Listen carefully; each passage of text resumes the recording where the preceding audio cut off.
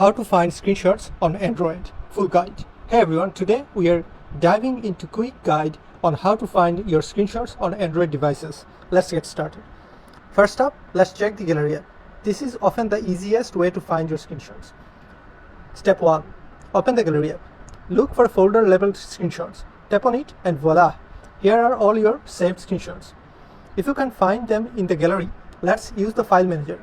Open your file manager app. If you don't have one, you can download it from the Play Store.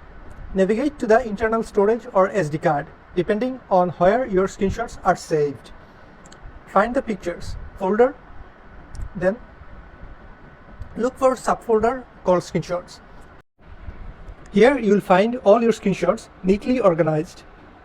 If you use Google Photos, you can find your screenshots there as well. Open your Google Photos app. Tap on the photos and scroll through your images or use the search bar. You can also type screenshots to filter your results. And that's it. Now you know several ways to find your screenshots on your Android device.